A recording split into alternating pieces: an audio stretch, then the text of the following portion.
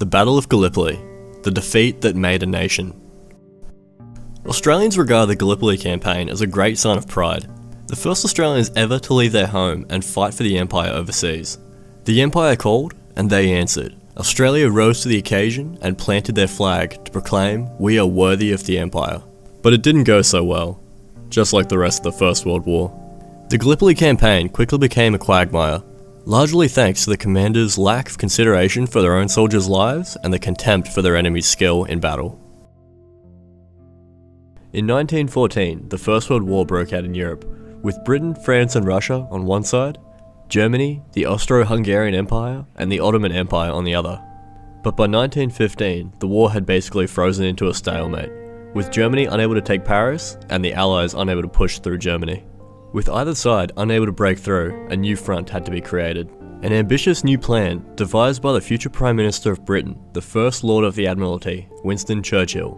Churchill's plan was to attack the Ottoman capital of Constantinople by sea, using old and expendable ships. Basically, if they were sunk, who cares?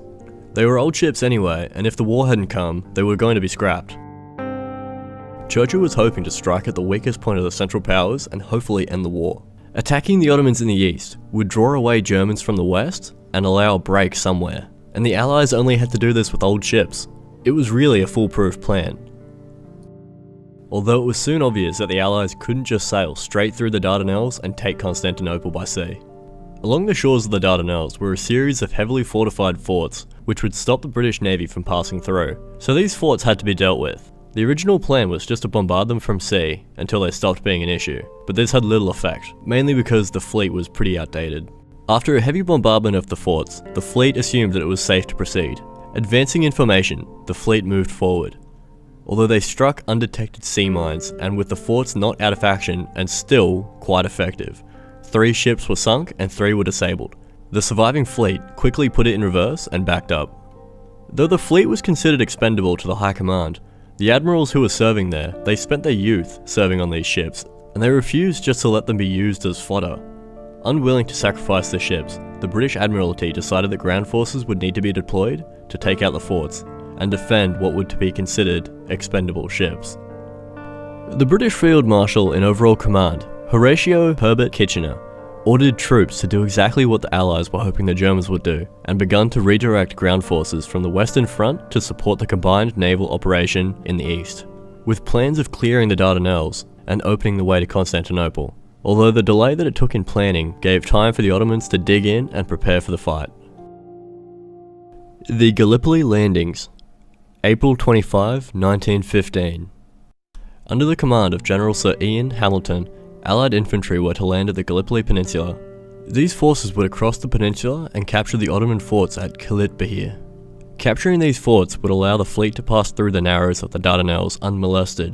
Forces of the British 29th Division would lead the attack, landing on the southern tip of the peninsula, advancing as one force to capture the high grounds on the hill of Achi Baba, and then move to the village of Krithia, before crossing to secure the forts defending the narrows. The main forces of the Anzac battalions would land north of Kabati and advance inland, capturing their own high ground objective of Hill 971, then the Maltepe Hill closer to the Dardanelles before aiding the British attack on Kilitbehir.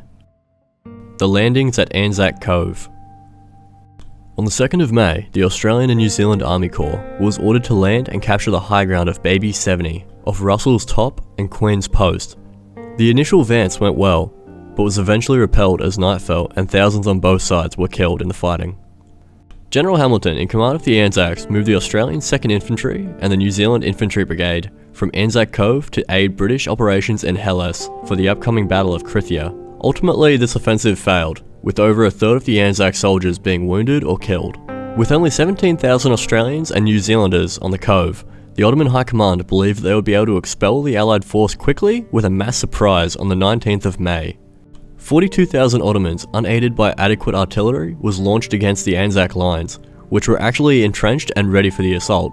This battle ended with over 3,000 Turks dying on the field to only 160 Australians. A brief truce was called to allow the Ottomans to remove their dead for burial. 3 months into the operation, little had been gained, and the issue of the Dardanelles fort still remained, with every advance of the Allies being checked by the Ottomans.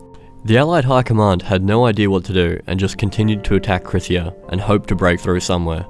On June 4th, Hamilton ordered a third attack on the city, although this new plan was to use strategic bombardment of the enemy trenches, which worked surprisingly well. Over 9,000 Ottomans were killed in the battle, but the Allies were forced to stop their offensive due to losses.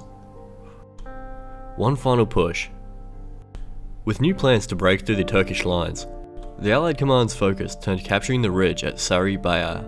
Two fresh British infantry divisions deployed from the Western Front were to land at Suvla Bay, while the Anzacs were to assault Hill 971 and Shanuk Bay on August 7th. In a diversionary attack, the Anzacs captured a Turkish trench at Lone Pine to pull away Turkish focus for the upcoming battle. The Anzac offensive begun, but the Ottomans were only temporarily deceived, and quickly diverted reinforcements to counter the assault. The New Zealand force holding the Hanuk Bayar suffered horrifically, with 711 of their 760 soldiers defending the hill dying in the battle. Despite 2 days of terrible fighting and enormous casualties on both sides, the Allied offensive began to falter, with the arrival of Turkish reinforcements who began to push back the attack. And finally the offensive was called off on the 21st, with no objectives being achieved. Evacuation, from December 1915 to January 1916. With the end of the year approaching and winter soon to begin, the Allied command began to consider the case of evacuating the Allied forces from the Mediterranean Expeditionary Forces from Gallipoli. Though General Hamilton himself continued to resist the withdrawal, which he felt would be a humiliation against himself, citing logistical difficulties as a reason not to withdraw from the theatre. Finally he was removed and replaced with Lieutenant General Charles Monro, who had a belief that all forces should be withdrawn immediately. Finally, Field Marshal Kitchener was sent to the battlefield to inspect the situation. Although he didn't want to, he finally agreed that Allied forces should be withdrawn from the field starting in January 1916.